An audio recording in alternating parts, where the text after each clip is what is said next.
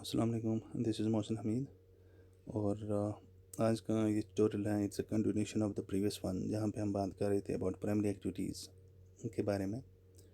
तो आज के इस ट्यूटोरियल में we will try to learn about the agriculture और इस एग्रीकल्चर के कुछ टाइप्स प्लस उनके करेक्टरिस्टिक्स, राइट।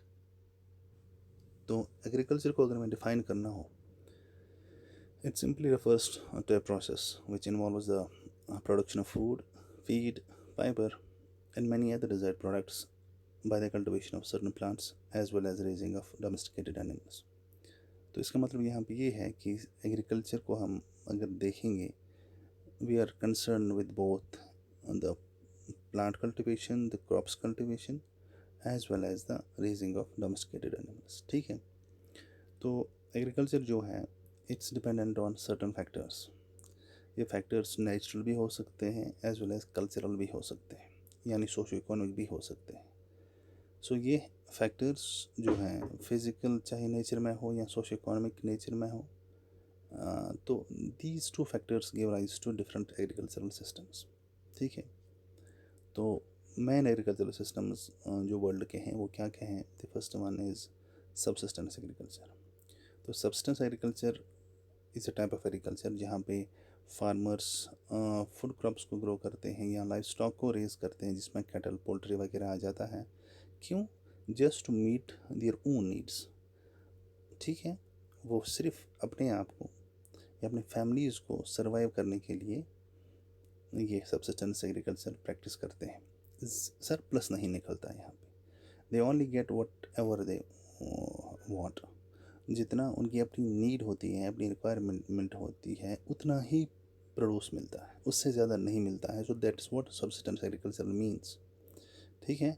तो इन सबसिस्टेंस एग्रीकल्चर जो फार्म आउटपुट रहता है, जो प्रोडक्टिविटी रहती है, वो it's just targeted to survival. उतना ही निकलता है जिससे वो लोग ज़िंदा रह सकते हैं, ज़्यादा नहीं निकलता। ठीक है।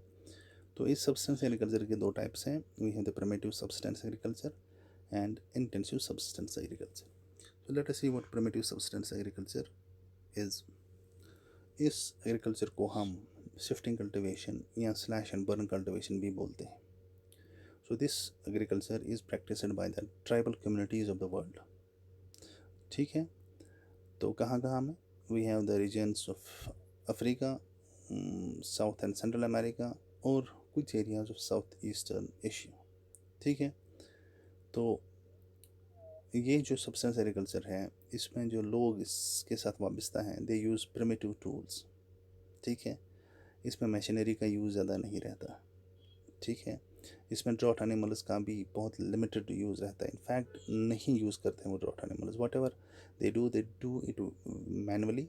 और हम बहुत पुराने टूल्स जो हैं वो यूज़ किए जाते हैं। मशीन्स वगैरह का कॉन्सेप्ट इसमें है ही नहीं। ठीक है।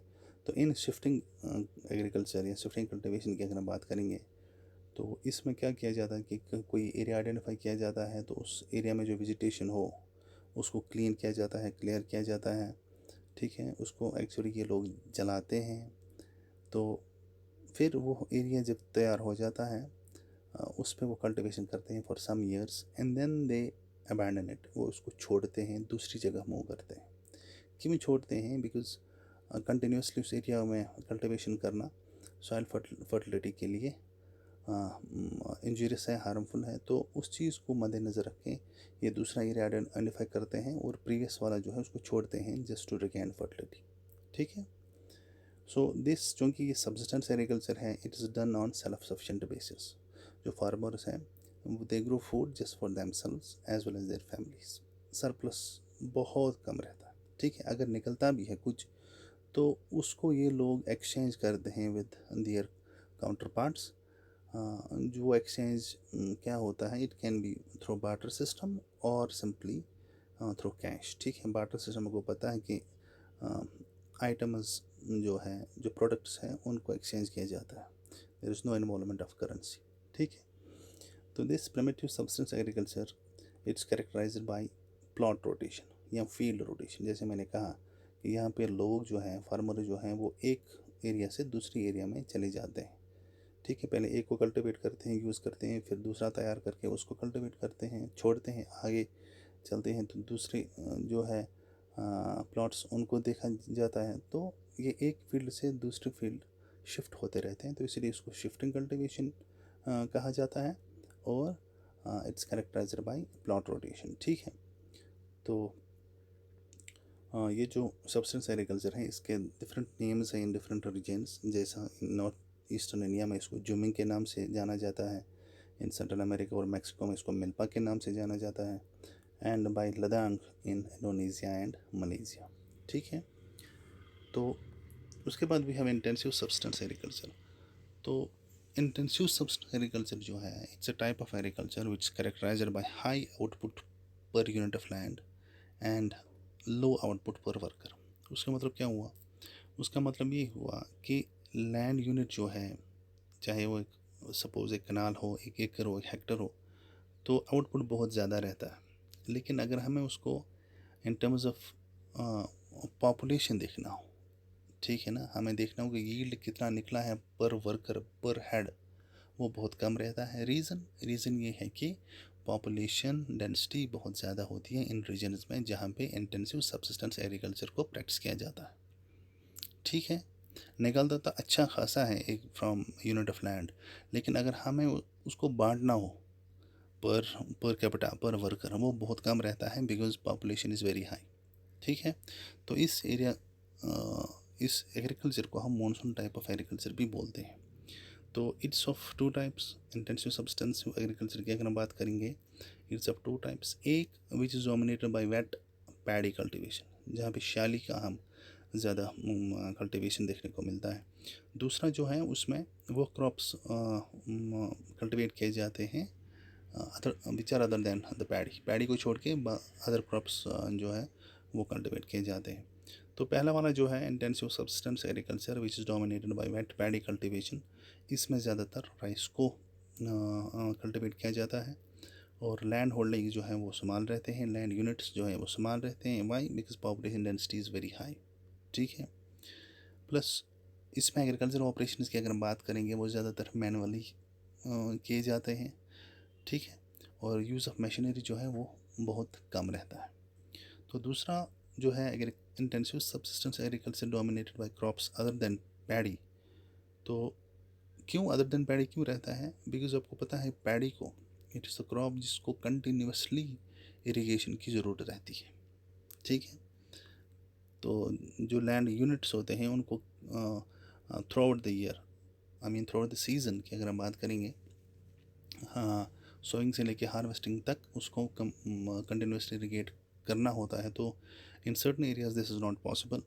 तो वहाँ पे हम instead of paddy, instead of rice, कुछ अदर क्रॉप्स को प्रेफर करते हैं। और वो क्या होते हैं, क्या हो सकते हैं? They can be wheat, soybean, barley और सोरगम, जिसको ज़्यादातर ग्रो किया जाता है। ठीक है, तो उन एरियाज़ में जहाँ पे पैडी कल्टीवेशन अनसुटेबल हो, मीन्स एग्रीकल्चरल कंडीशंस ऐसे हों जहाँ पे पैडी को कल्टीवेट करना बहुत मुश्किल होता है, तो वहाँ पे instead of paddy, instead of rice, we go for the cultivation of other crops. ठीक है, बाकी कैरेक्टरिस्टिक्स इसके वैसे ही हैं। तो this was about intensive substance agriculture.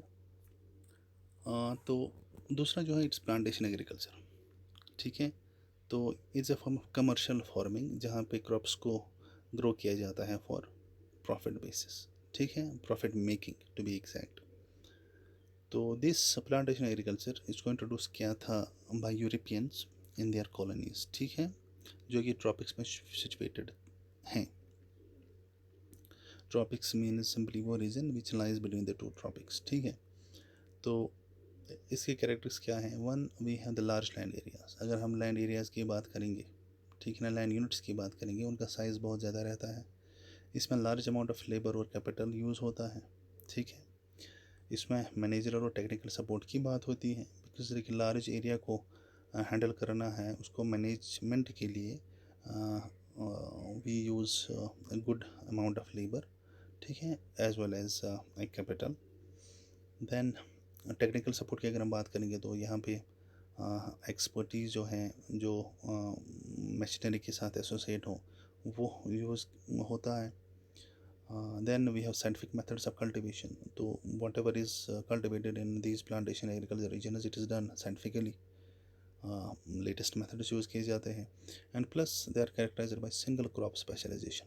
ठीक है, तो प्लांटेशन एग्रीकल्चर में हम एक रीजन जहाँ पे ये कल्टिवेट किया जाता हो या प्रैक्टिस किया जाता हो, टू बी एग्जैक्ट, तो इट कैन बी इधर rubber, it can be banana, cashew, T, sugar cane वगैरह. ठीक है, तो इन रीजन्स में ये मिक्सिंग ऑफ क्रॉप्स नहीं रहता. एक क्रॉप को कल्टिवेट करना है ऑन ए लार्ज स्केल. ठीक है, इन ऑन ए लार्ज जो अमाउंट ऑफ लैंड है या होल्डिंग्स ऑफ लैंड है, तो वहाँ पे सिंगल क्रॉप स्पेशलाइजेशन रहता है. ठीक है, then we have cheap labour, जो वहाँ पे वर्कर्स जो मज़दूर रहते हैं तो वो इजीली अवेलेबल रहता है और चीप भी रहता है.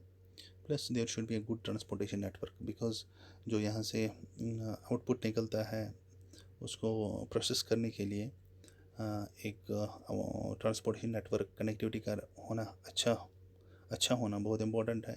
So this should be there so far as plantation agriculture is concern. तो जैसे आपको पता है कि ये यूरोपियंस ने इंट्रोड्यूस किया था. सर्टन एग्जाम्पल्स वी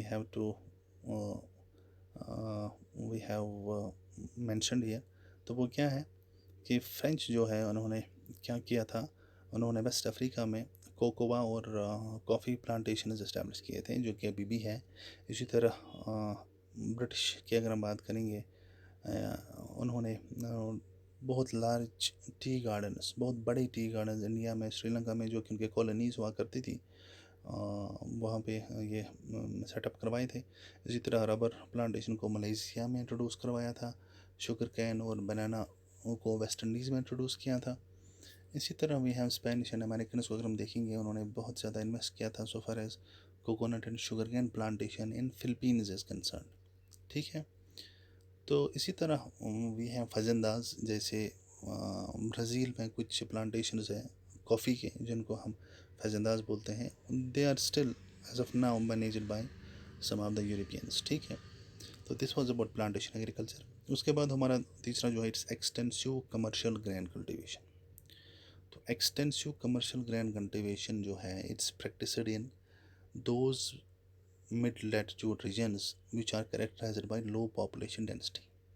ठीक है, पॉपुलेशन डेंसिटी कम रहती है कहाँ पे, in the regions of mid latitudes. तो इसकी एक प्रॉपर्टीज़ क्या है, one, we have the large farm size.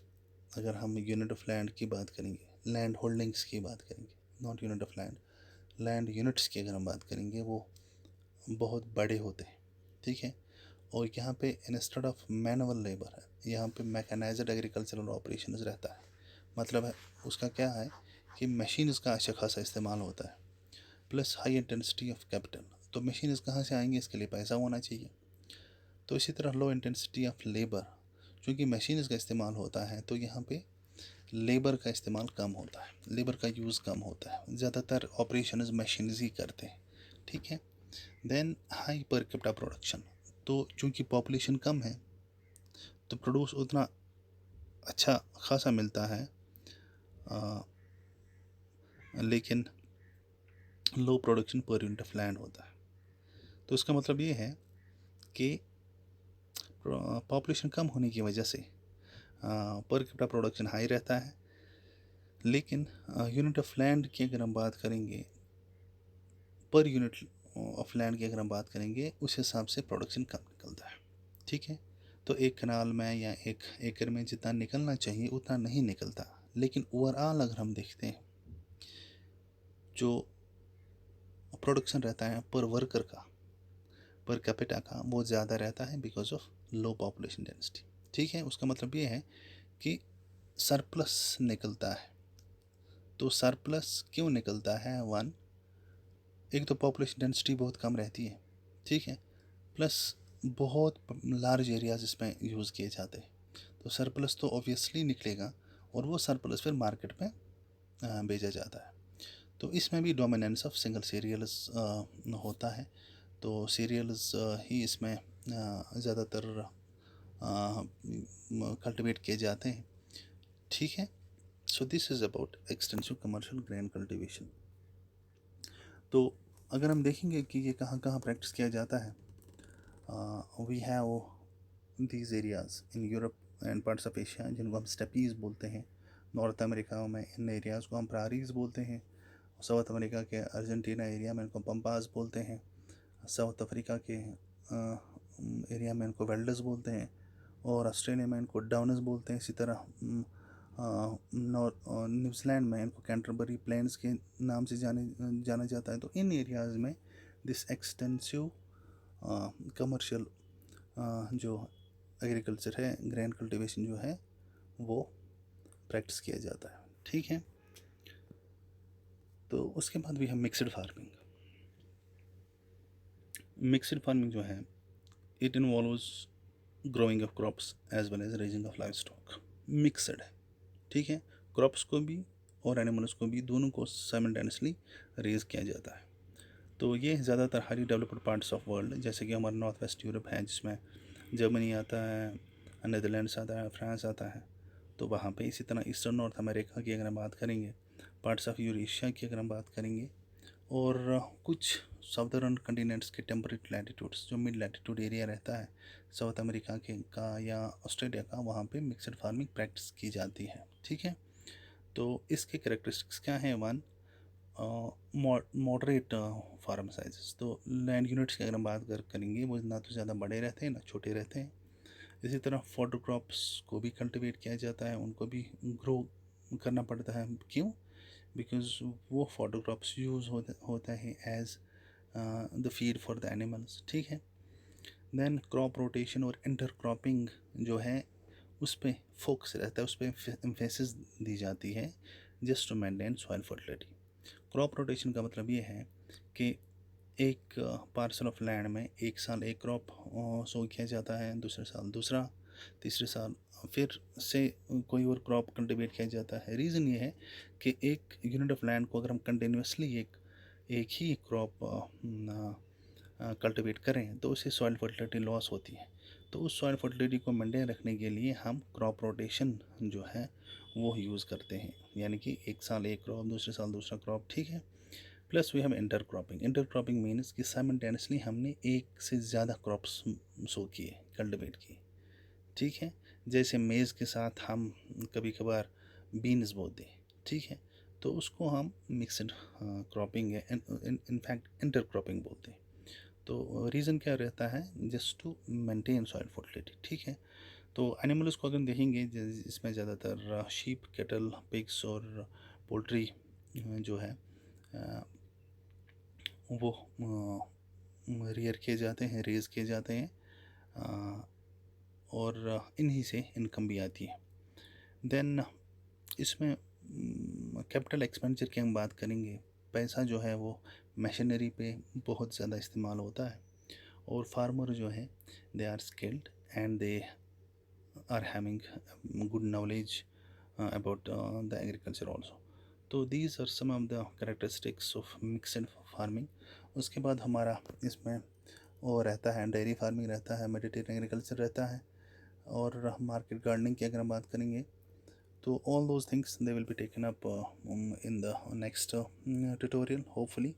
So thank you very much.